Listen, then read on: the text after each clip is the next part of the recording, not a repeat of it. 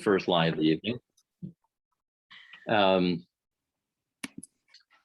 Beyond thanking you for being here, Zoom rules, I think probably everyone's pretty good with this stuff by now, but importantly, mute yourself when you're not talking so that we don't hear the dog barking in the background or somebody cooking dinner, God forbid what else. So we have about an hour to spend with you today, and I'm really happy you've given us this hour. We're going to talk about reentry. We're going to talk about prison ministry. We're going to talk about education behind the walls and support for folks after they've come out who are pursuing higher education, and how all those things might work together in this really cool project between Marquette's Education Preparedness Program and Thrive for Life, a program out of New York. So you're not going to hear a lot from me today, thank God. But we're going to start with Zach. I'm going to pronounce your name wrong again, Zach, but Father Zach Pursuti, who's a Jesuit out of New York, out of the Northeast province, who started this really cool program called Thrive for Life in New York, an Ignatian prison project. Now works with folks, supporting them when they've come out. So Zach's going to give us an outline of that first, along with one of his folks, Michael Pagan, I think, Michael Pagan, who's a student at NYU, who's in the program. So they'll give you a sense of what that's like, and to think about what that's like if we bring that program to Milwaukee, which is really the goal here. And then second, Teresa Tobin, a philosophy professor at Marquette. You can wave, Teresa, because the other guy we know by the collar, will present about what Marquette's doing, this really cool program, both to provide education to folks behind the walls and to link classes with folks, students at Marquette and students behind the walls, and then to support students seeking higher education who are coming out of prison, who are going to Marquette or other institutions as part of this sort of bigger project. So you can see where these things might mesh together well if we're adept. So hopefully there'll be a little time for questions and answers at the end, at least questions, maybe not answers. And we'll go from there. So Zach, do you want to kick us off with Thrive for Life New York and what you hope to do here?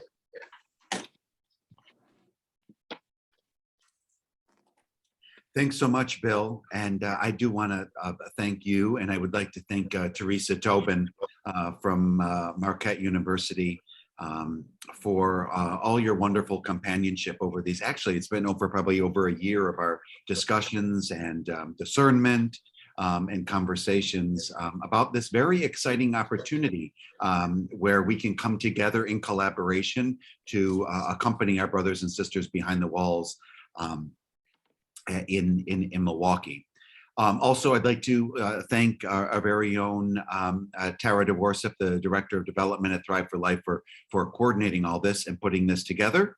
And our brother Michael Pagan, I think I saw his wonderful face somewhere. Yes, I see him now. Okay, one of the resident scholars at Ignacio House here in New York. And I'm seeing, I'm not the best with Zoom, but I'm seeing names and faces of people that I've met at Bill's house a few years ago. So I also would like to greet you as well.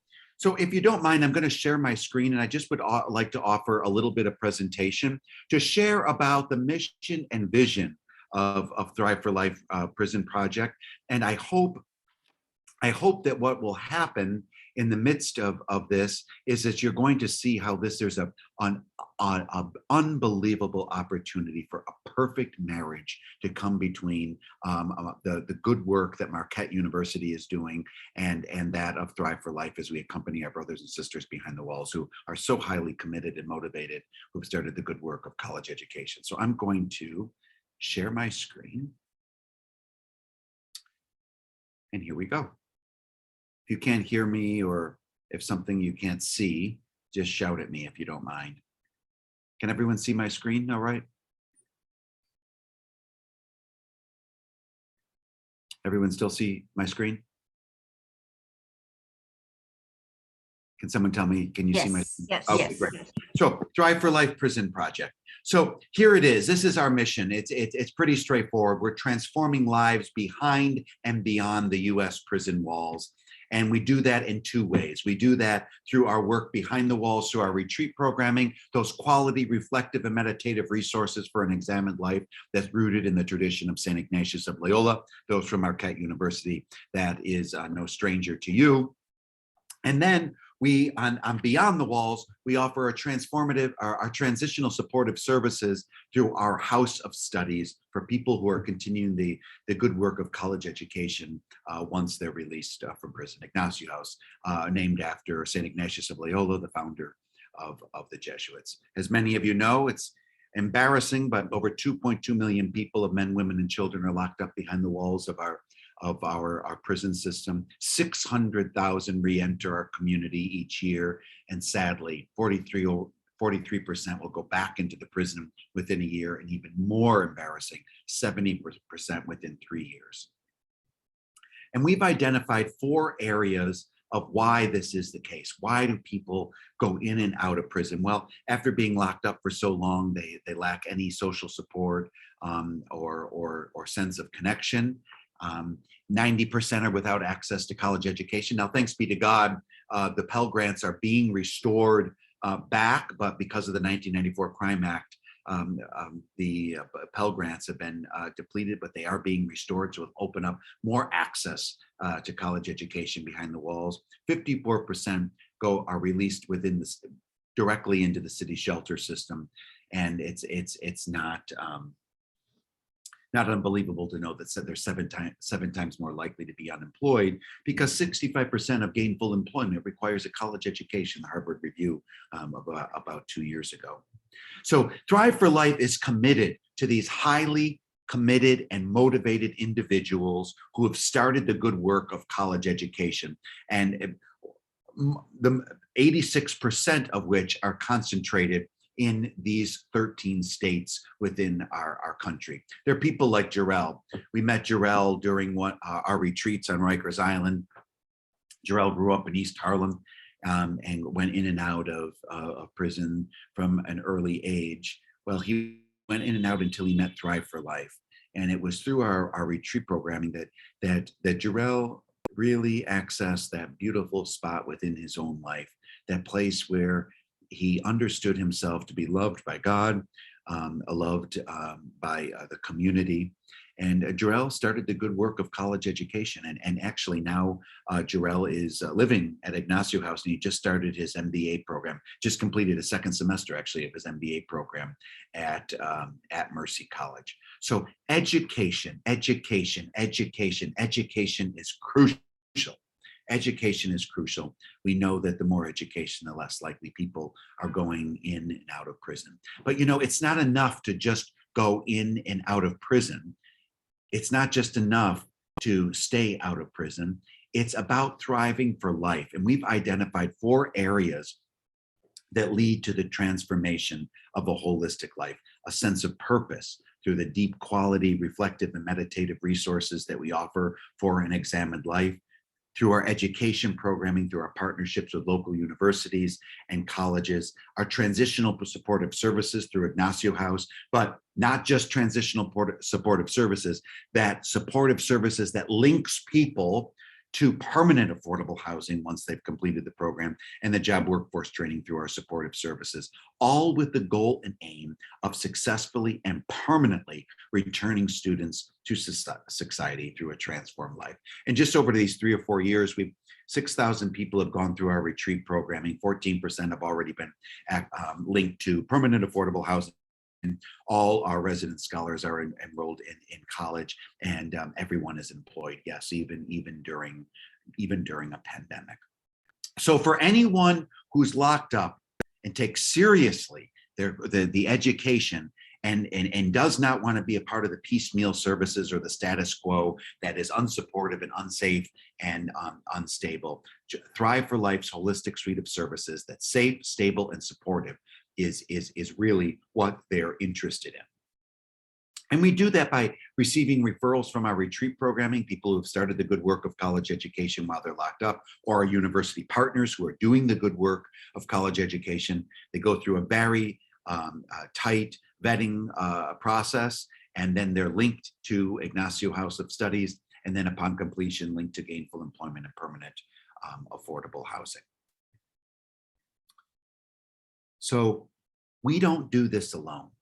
Okay, I think that's the most important thing, especially through this conversation about this critical juncture that we're at with Marquette University. We do not do that. We do this in partnership with a whole community of people who are committed to people, our brothers and sisters who are coming out, our faith communities who offer those quality, reflective, and meditative resources for an examined life, our universities like Marquette University, who's doing the good work of education behind the walls, real estate owners who help link us to transitional supportive housing to turn these places into Ignacio House and then link people to permanent affordable housing, and then job workforce training partners in the community that help provide the supportive services.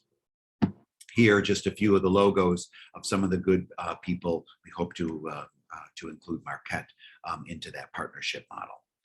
COVID has been our opportunity. That's what I like to say, is that during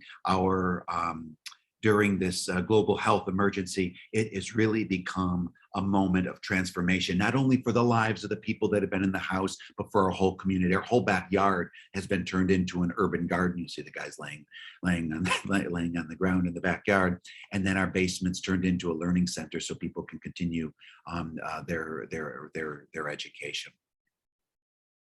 So where does Marquette fit into all this? Well, very clearly, friends, Marquette is doing the good work of college education behind the walls. They're committed to our brothers and sisters who are behind the walls.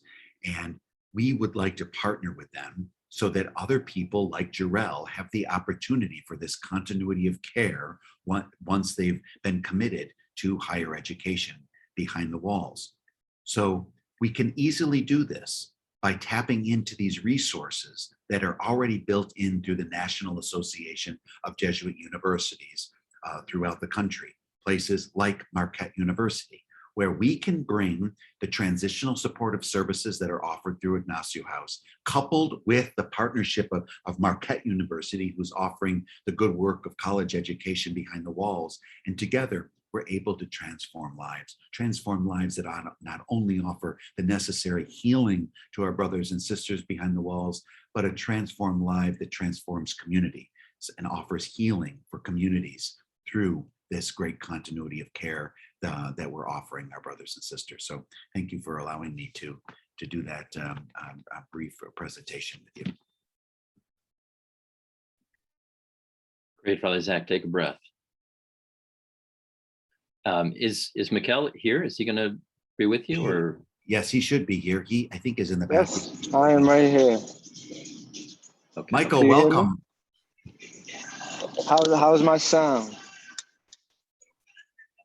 You're sounding great. Are you going to sing for us, or what are you going to do? I'm stalling. I'm processing. So, now, nice to meet everybody. Nice to be here, and I'm here to share with you my experience at Ignacio House. So I'm Michael.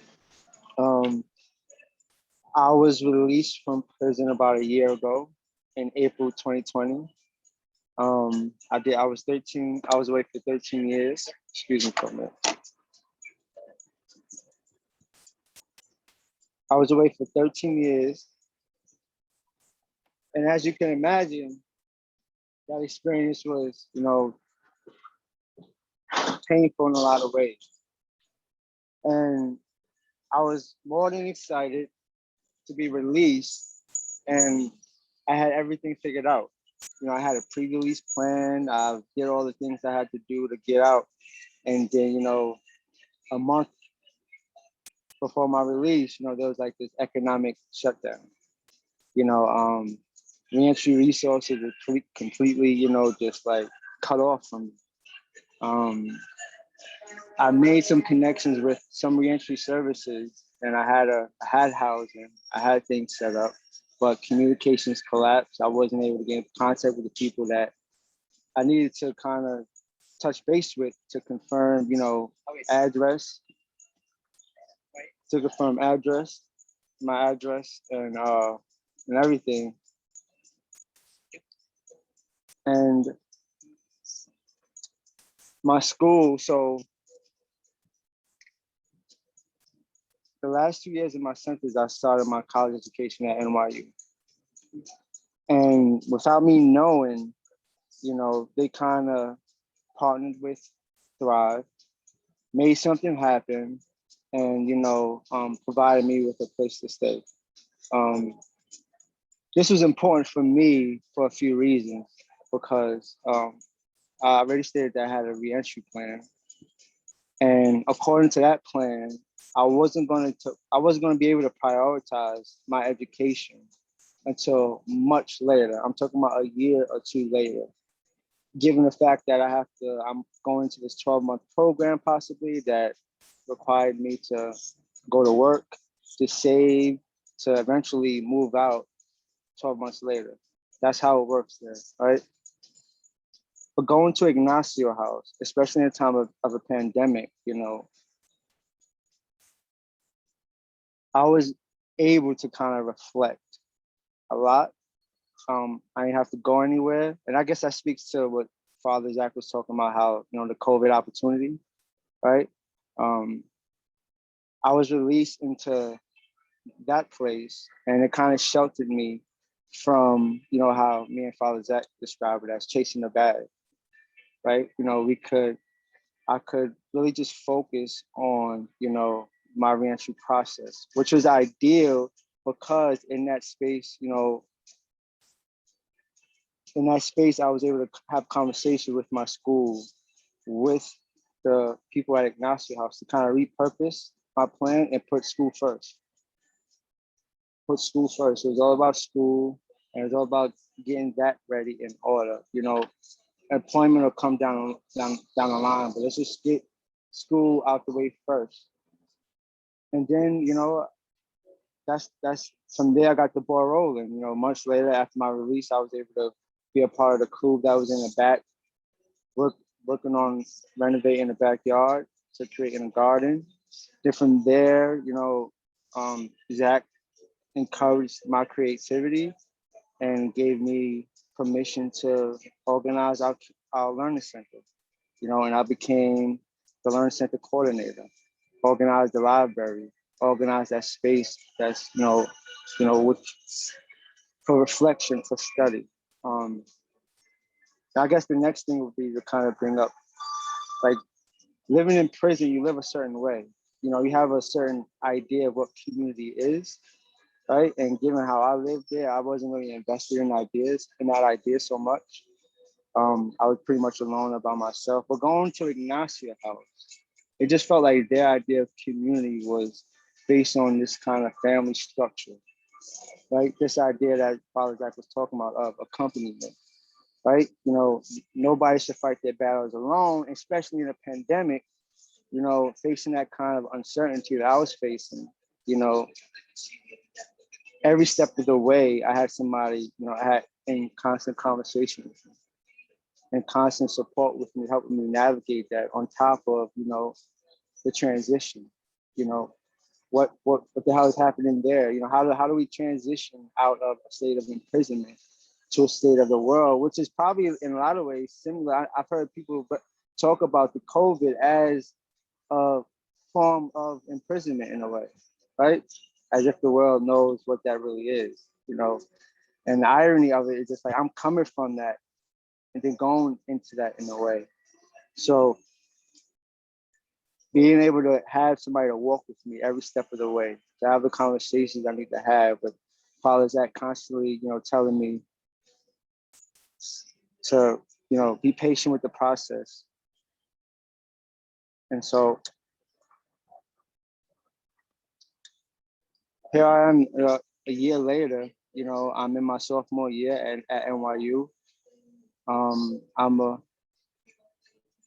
learning center coordinator. I'm a member of the council, residential council.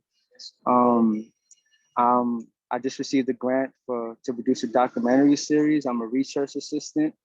I got a lot of things going on, and all this has grown from just the moment of me being able to repurpose my plan and put school first. And that's just because of what Ignacio is as a community, and as a support system. Yeah, that's really great. Michael, thank you very much. What are you studying? I don't know that you told us.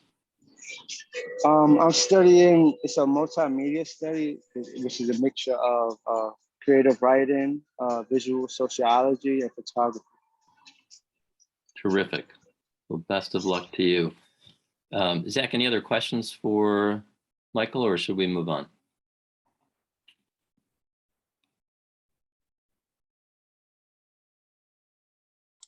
We're good? I think we can move on to Teresa. Okay. Teresa, so Michael's story probably sounds familiar to you with the work you've done with folks in prison and transitioning. What are you and Marquette up to? Well, thank you so much for sharing your time and for including us. And Tara's going to help me. I'm also going to give a little bit of presentation to explain to you what our program is all about here at Marquette. Thank you, Tara. So everyone can see me and hear me okay? All good? All right. So as was mentioned, as Bill mentioned, I'm Teresa Tobin. I'm an associate professor of philosophy here at Marquette University. And I'm also the current director of Marquette's Education Preparedness Program. So our program is part of Marquette's Center for Urban Research, Teaching, and Outreach, which we call CURDO, and we call our program EPP. So you'll hear those acronyms. But EPP is part of CURDO, which is housed within the College of Arts and Sciences at Marquette. So I'm just going to share with you a bit about our purpose. I'm going to introduce you briefly to our team, our leadership team, our model of education, and as Zach has mentioned, our vision for partnering with Thrive for Life. So slide, please. Okay, so the purpose of EPP is to create pathways to higher education for people directly impacted by incarceration. And for us, this includes people who are incarcerated, people who are currently incarcerated, but it also includes people who are returning from being incarcerated, so reentry populations, and recently exploring partnerships to support people, justice impacted people who are facing incarceration, a partnership with the Milwaukee County Diversionary Court. So we really want to create pathways to higher ed for this population of justice impacted students. So that's our primary purpose. Slide, please. And this is our leadership team. I just want to introduce you to us briefly here. We just got headshots, so we're all very excited that we have this picture to share with you. It's a new thing. This is our core team. We are a group of interdisciplinary and community partners that are trying to build this vision and sustain this vision at Marquette. In the front row there is myself, and to my right is our associate director, Marisola Jalili Chacho, who's here also tonight. She's full-time associate director and a PhD candidate in the philosophy department. In the back row, from left to right, are Sharon Bowie, who is our community liaison, Darren Wheelock, who is our faculty liaison and a professor of social and cultural sciences at Marquette, and Rob Smith, who is a professor of history and directs the CURDO, and also a member of our steering committee. So that's sort of the core group that are working to build and sustain this vision at Marquette. Next slide, please. Okay, our mission. I know many of you who are connected to Marquette or the Jesuits, this will be familiar, but I think it's worth lingering here just a moment because it's really central to how we approach education. As part of a Jesuit university, our approach to education at EPP is grounded in this Jesuit mission to educate the whole person for a meaningful life. And these quotes are taken from Marquette's mission statement. And the whole point is just to emphasize that our mission is to create a community that students join, a community that believes education must encompass the whole person, so that we are about intellectual development, but also spiritual and moral development, the development of the heart and the mind, the whole person. and that education at Marquette is really about giving students a firm and well-rounded grounding in the liberal arts in preparing for work, for careers in a world of increasing complexity and diversity. So EPP's model really emphasizes this approach to education. Education certainly for skill building around career futures, and education for the flourishing of a human being. That those two pieces are really critical to what we're trying to do in the program we're trying to build. So I'm just going to share with you briefly our program structure. Next slide, please. So we are trying to establish this model of education through 3 primary pillars. And the first is by offering college courses. So our first pillar, we offer tuition-free, credit-bearing Marquette courses that are taught in what we call a blended model or a blended format. So the blended format intentionally brings together populations of students who don't typically have an opportunity to interact with one another. And we have 2 kinds of blended courses that we offer. The first are inside courses. These are courses that are taught inside correctional facilities, so behind the walls, as Father Zach calls it. So inside correctional facilities, and they enroll a blended student population. We bring Marquette students inside of the correctional facility to take courses with students who are currently incarcerated as co-learners together in this educational space. So that's one model of our blended course delivery. We also offer what we call outside courses. These are courses that are taught on Marquette's campus, and they are open to enrolling returning populations, students who are returning from being incarcerated, and students facing incarceration in courses as co-learners with current degree-seeking Marquette undergrads. So those are our outside courses. And the blended model, we really emphasize, again, for that holistic approach to education. Our courses are important, any college course is important for the skills and the course content, but also for the opportunity to really learn the skills of humanity, how to see the humanity in ourselves and others, and how to practice that in a classroom setting together, to break down stereotypes, to break down barriers, and to create community in the classroom so that when we go beyond the classroom, we are better equipped to treat each other with dignity and respect, and to really rethink who we're approaching and how and what their stories might be, and really be able to see the humanity in one another. So that's the emphasis on the blended model. In the spring of 2022, so this coming spring, we're going to be offering 7 blended courses. We'll be offering 4 of them inside of correctional institutions, 2 at the House of Corrections and 2 at Racine Correctional Institute, and 3 on Marquette's campus. And we are staged to expand that to at least 10 next year. So we're really excited to offer those courses. So that's one of our pillars. The second pillar is what I'm calling right now collaborative curriculum, because I like the alliteration of all the C's. So the second pillar is collaborative curriculum. And what we're doing here is we don't want to just offer college courses. We want to partner with other local and regional higher ed institutions to build credit and degree transfer pathways for students. So we want to partner with our other higher ed institutions to make it possible for students to meet their educational goals, whether it be certificates or associates or bachelor's degrees. So we're partnering, for example, with Milwaukee Area Technical College to create AA to BA pathways at Marquette. That's a work we're doing right now. And with the UW system, we've been in conversations with the Odyssey program and other programs to begin thinking about curriculum we can build together to help meet students' educational goals. So we have a broader vision here to create pathways that are regional for this population of students. The final pillar of our program, and really the one that I'm here to emphasize tonight in conversation with and partnership with Thrive, is this care pillar. So our third pillar is about wraparound support. We want to make sure that EPP students have access to all of the resources they need for academic success and beyond. And that includes, of course, the academic resources. So internal to our campus, we are making sure that our students are connected with campus resources like tutoring services, the writing center, career services, any of those kinds of services that any Marquette student would have access to enhance their academic success. But we also want to ensure that EPP students get their life needs met, those kinds of the other part of the wraparound support that is so critical for being able to do school well.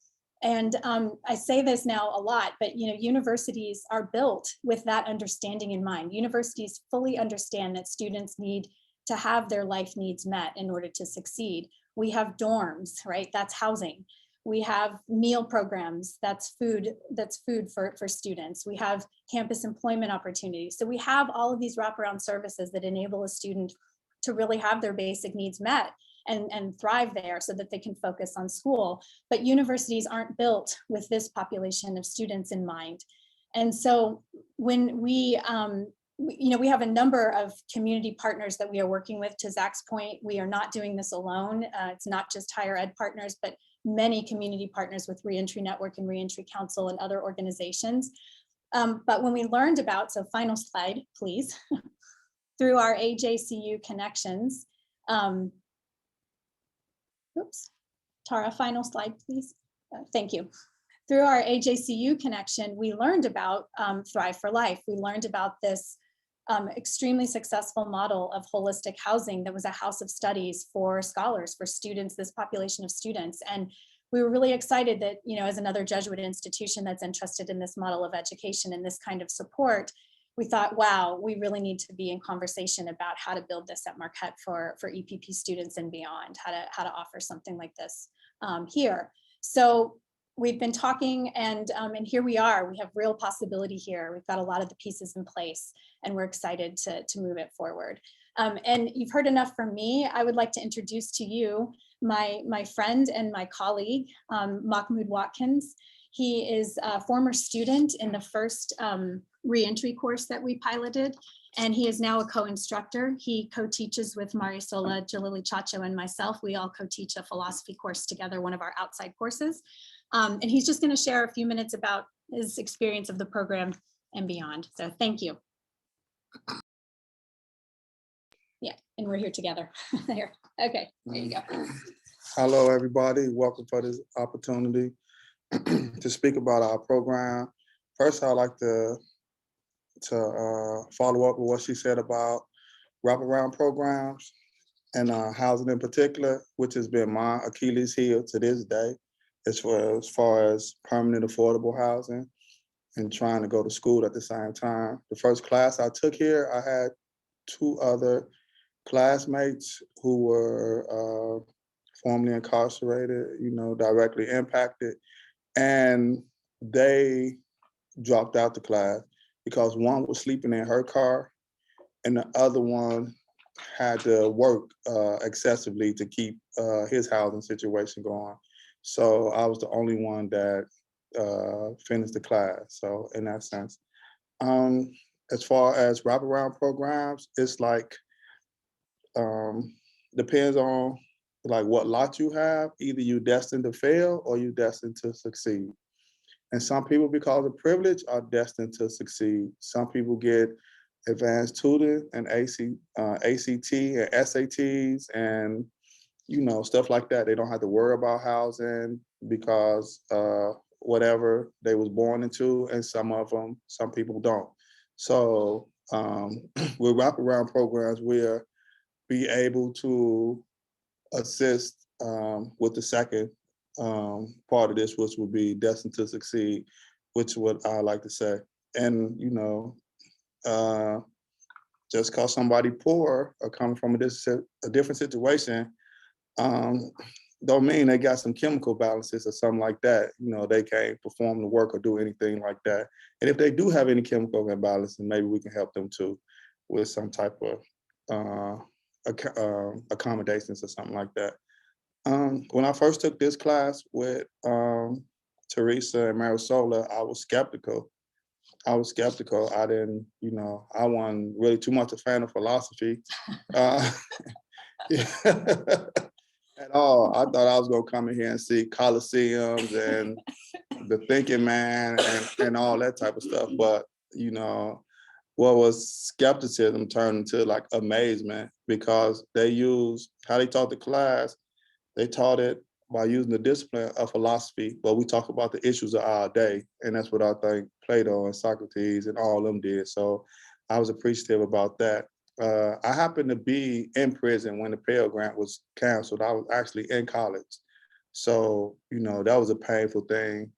I thought it was like going back into slavery again, where they said a slave can't read, but that's a different subject. In this day and age, getting out of prison, well, in prison, even in prison, like most of the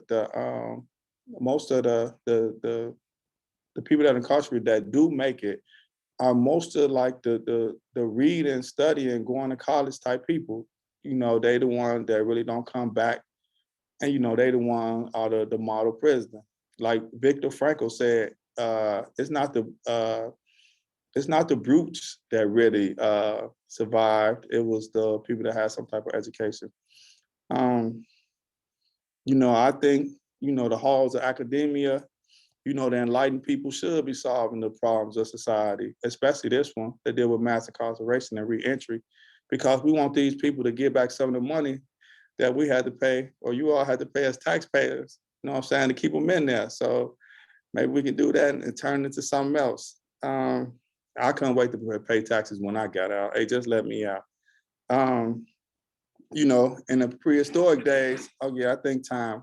In prehistoric days, we used to have to go chase a buffalo or a lion and for rites of passage to be considered adult in society. But in this day, we need a piece of paper. We need a degree and stuff like that. And I'm glad to see this faith-based community, trying to address this problem, because that's who addressed the problem when I got out.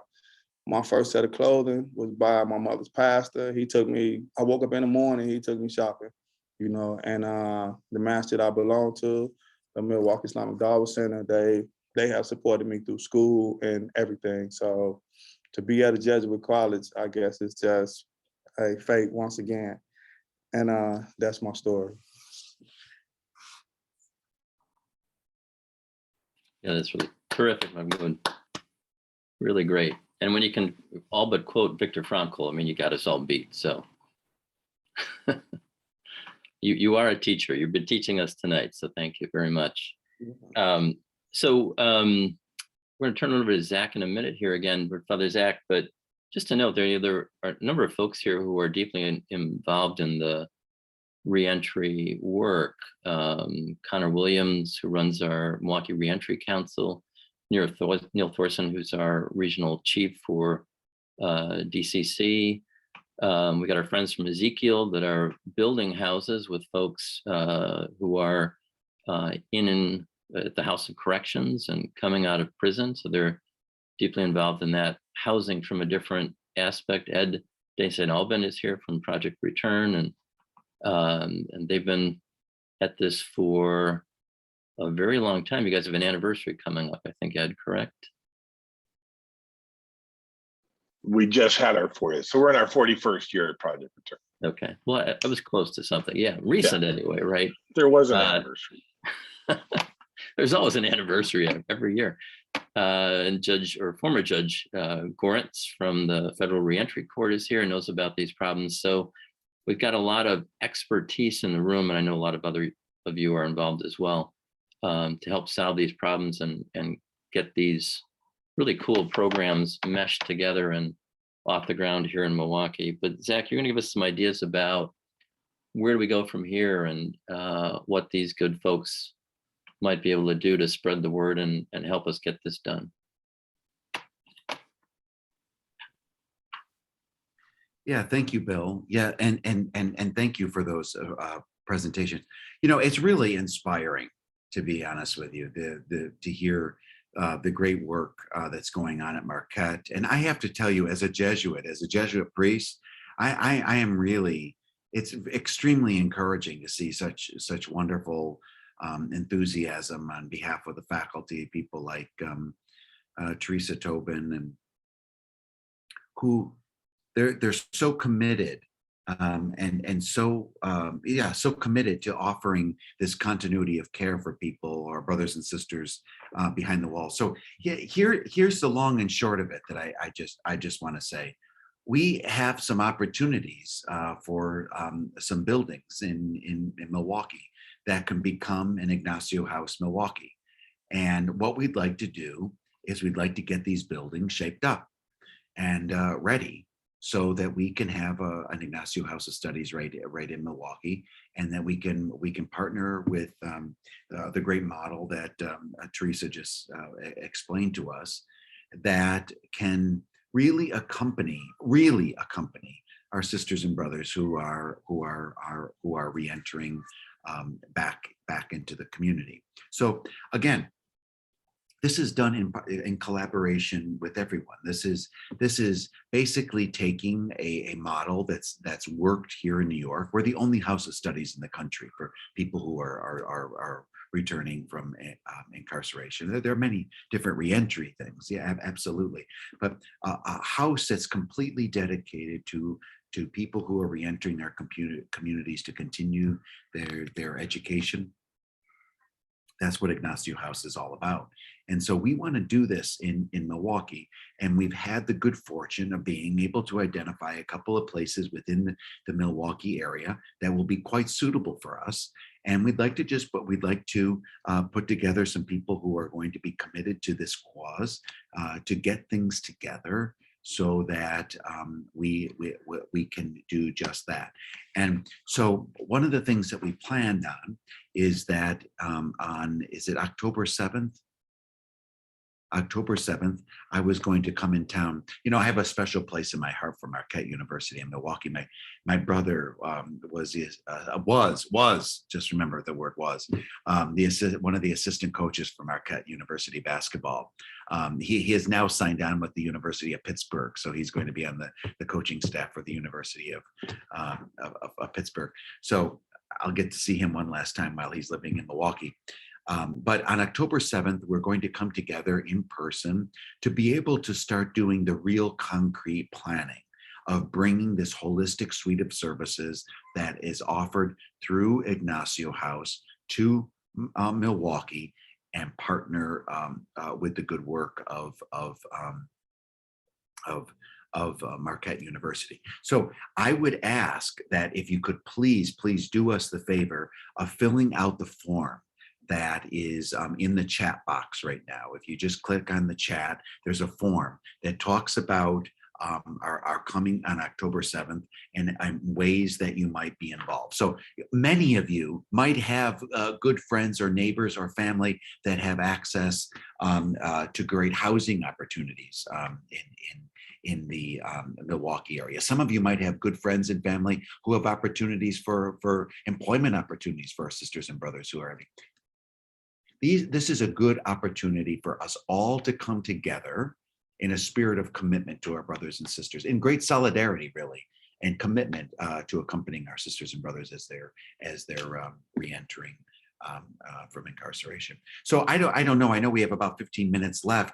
I wondered, should we have questions, or what were Tara? Maybe you can, or Bill can share. Yeah, I thought it was to have questions. Yeah, so a lot of inquisitive folks here. Some might want to know who Viktor Frankl is. I don't know. We'll find out. But Ed, you raised your hand. You get the first question. I'm just curious, with the housing that you now have, are there any limitations as to who can reside there in terms of specifically sex offenders or other offenses that might, neglect that? Yeah. Is it your name, Ed? Yes. Hi, Ed. I'm Zach. Ed, that's a great question. The only restriction is a certain group of people who have been incarcerated for a certain section of sex offense. That's all. So like we live right next to a daycare and a school is on the other side. Sex offenses with children, we're not able to have in the house. Now, other sex offenses we can have in the house as per New York State laws. But that's a good question. Yeah. Here's the thing. That's a really great question. And also there are ways to kind of incorporate people as they're coming out. If we're not able to offer them housing because of a certain background of a charge, we can certainly link them to an organization that we're in partnership that is offering housing in that area. But that's a great question, Ed. Fran, you had something to say? The question? A question, yes. Yeah. The word commitment was used quite a bit.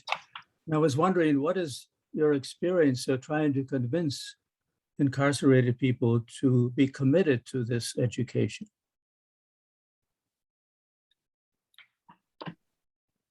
Yeah, maybe Mahmoud, you want to take that one, Mahmoud?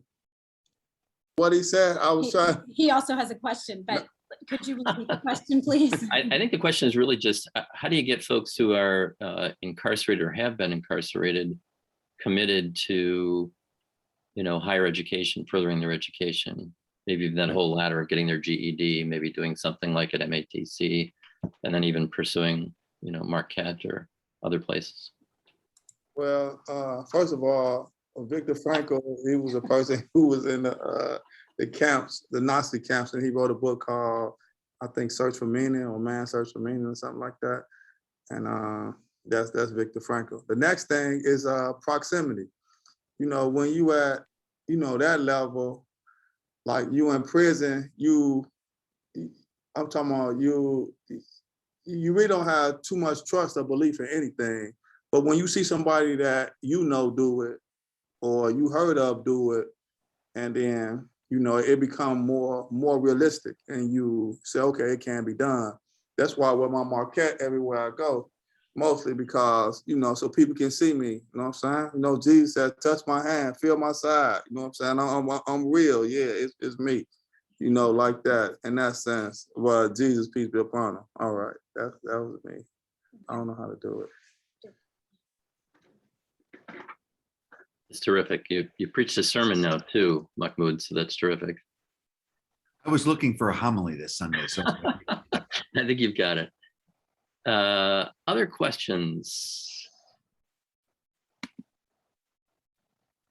Looking around, Monica, you've got a question?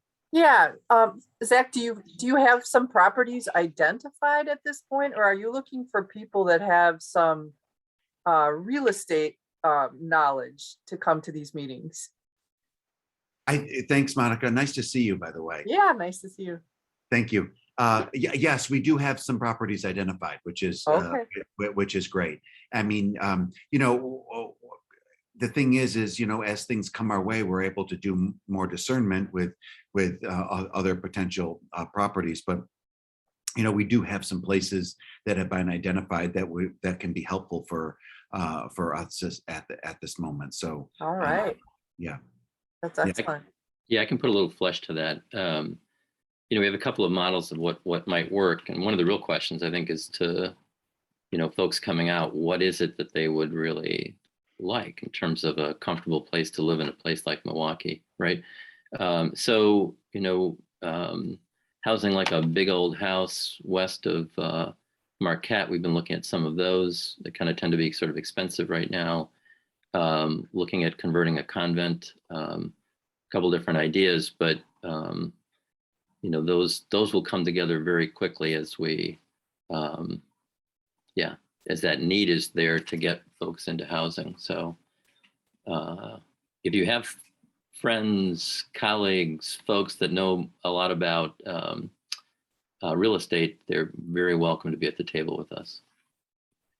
Or if you have a building you'd like to hand over, I can offer you our EIN number. I don't think you can close the deal tonight, Zach, but good try. Who else has a question? I got a question.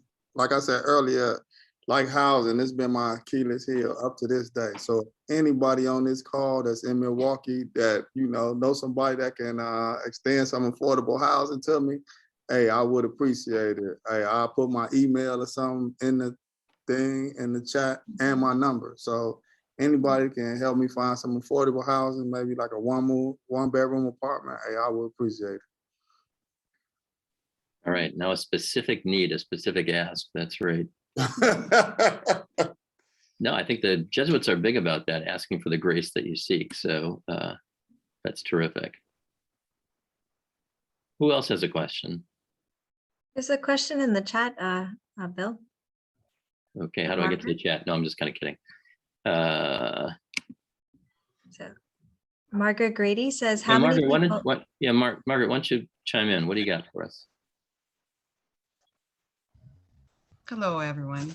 I was curious to find out if we've had identified any potential individuals coming home or being released from prison already, and has that talk began with them? And even more so, are all the prison facilities in Wisconsin aware of this program by way of maybe flyers or introductions from someone within the group, so that the inmates are aware of the possibilities of education once they get home? Thank you so much for that question. I can certainly start. So yes, we have been in conversation with both Department of Corrections, the state level, but also the Milwaukee House of Corrections, so county level places, and sharing information about the educational piece and opportunities for folks. Partnering also very robustly with a lot of reentry organizations, including with our classes. So some of our classes are actually creating pamphlets and flyers that are circulating through reentry organizations into the inside to give information about what we're doing. In terms of identifying particular people who are recently returning and recruiting for those courses, we don't have a House of Studies yet, but for the courses, we have shared information with Reentry Council, Reentry Network, working a lot with folks on this call, and always looking for more opportunities to connect with people who are interested and can help us spread the word. So we have flyers, we can do information sessions, and again, we're working collaboratively with other institutions. So happy to continue the conversation with anybody in that space. But we're working with those organizations to help us identify people who would be eligible and ready for this. Please add anything if anybody has anything to add.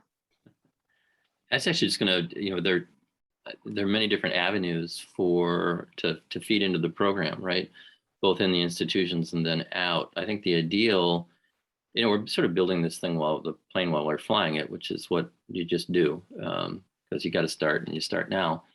But ideally, right, folks have been touched by Thrive for Life in the prisons, or touched by the EPP program in the prisons, and then be transitioning out, and we'd be supporting them.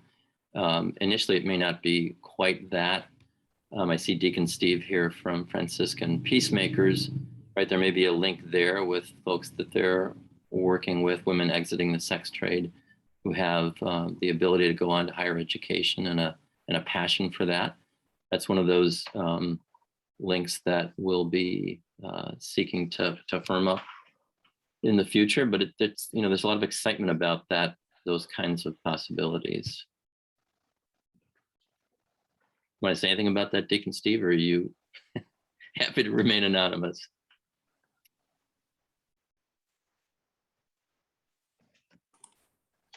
I don't have enough time to go into all the details, but I'm planning on joining everybody next Thursday. Great, terrific. I'll buy you a beer. Thank you. Connor, what do you got? Yeah, so approximately how many people are sheltered in Ignacio House is one thing. And then another thing is are there supplementary services that actually come to the house to meet the needs of the individuals? And the third thing is how or do the residents of Ignacio House earn an income or provide for their additional needs beyond a roof over their head and food on their plate? Thank you, Connor. So that's a very good question. They're students. So each resident scholar has a different school schedule, obviously. I mean, that was the case with me too when I was an undergrad. most of them hold down a part-time job along with going to school. So some of them, that part-time job is right through school. Like I did a student internship when I was in undergrad, and some of them are doing that as well. Michael, for example, I mean, he has a part-time position, but Michael also just recently picked up a gig with a local Catholic parish here in the Archdiocese, doing a filming for their local giving campaign. He did filming for them for their campaign. So if you're going to school and you're going to school full time, you know, a part-time gig is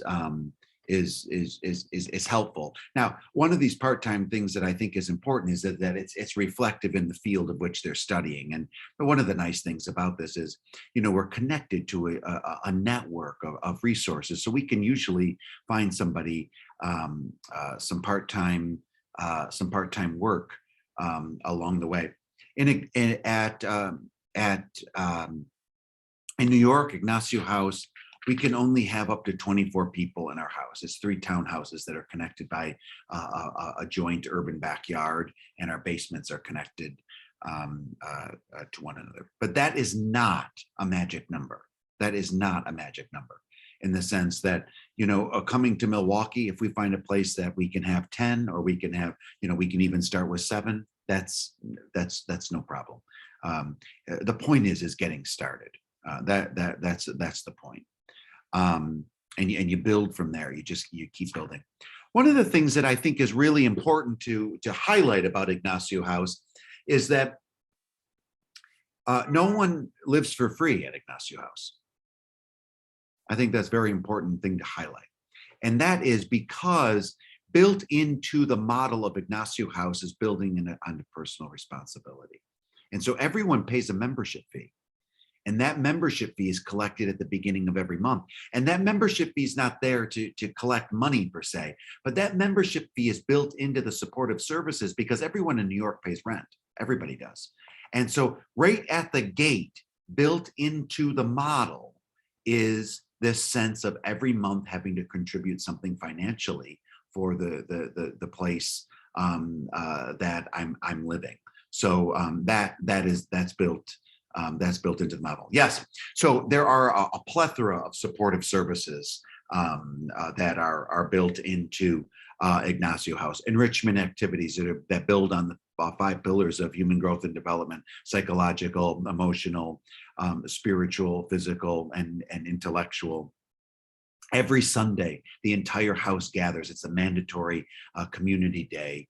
We prepare a meal together for one another, and we have a community enrichment activity. So to answer your question, yes, but also it's tailored to every individual. Like we have a couple of guys that are getting ready to enter. They're going to continue their education at NYU. I just got done interviewing one today, and his is very different than other people that are entering. The other thing that to highlight is that I have a resident leadership council, and this is a group of 3 people that live at the house that are our resident scholars.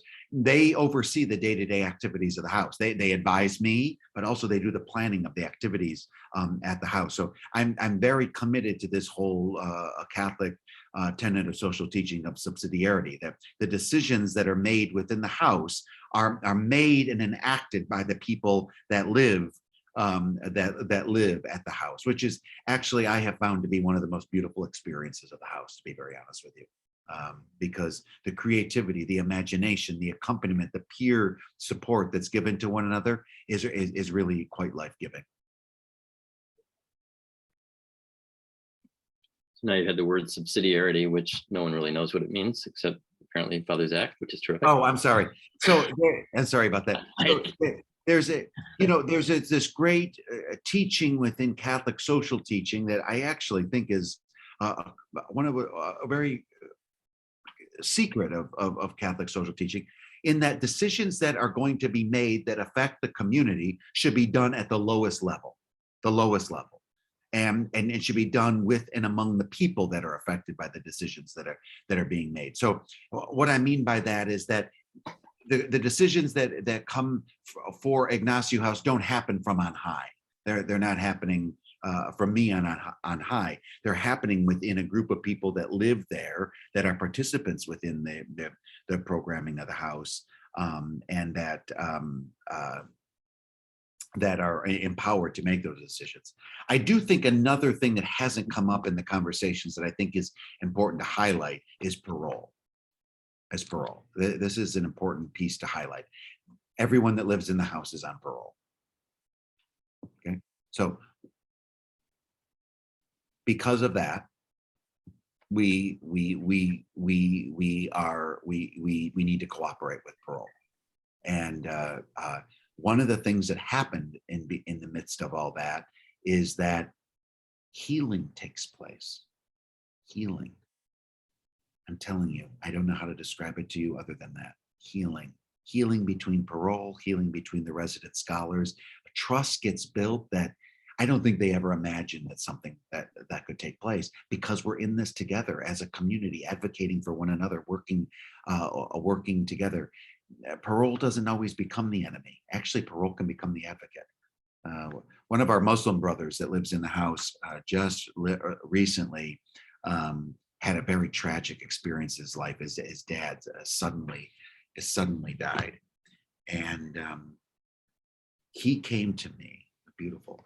This was just last week. He came to me and he said, Father, he said, I know to go be with my family for this burial, you want me to go through all the channels and do things transparently, he said, transparently with parole. He had to go to South Carolina. He said, Father, I'll do it if we do it together. There we are in parole, sitting there for a couple hours waiting for the parole officer. We get all our documentation together. The parole officer looks at him and says, Quentin, I admire you. And Quentin just looked at the parole officer. And the parole officer looks at him. He goes, I just admire you for everything that you're doing right now, how you go above board on every cost, even in the midst of all these bureaucratic stumbling blocks. We got in the car and he was heading out to South Carolina, and he looked at me and he said, Father, there is something to be said about being above board. That's just his quote. But healing takes place. It just does. I don't know how to describe it on that healing takes place when we do this together in community, that we're in this all together. And that's what Ignacio House is able to do. We're able to be in this together, and we're able to be able to accompany people in very real ways that, can sometimes be extremely difficult to accomplish. Okay, Father Zach, that was your closing statement. Teresa, any kind of closing words for us from Marquette? A lot of gratitude for the conversation and the energy that I can feel even over a Zoom call. So I appreciate so much the opportunity to do this. And one part that I do want to mention that is really important to me and to our Marquette team.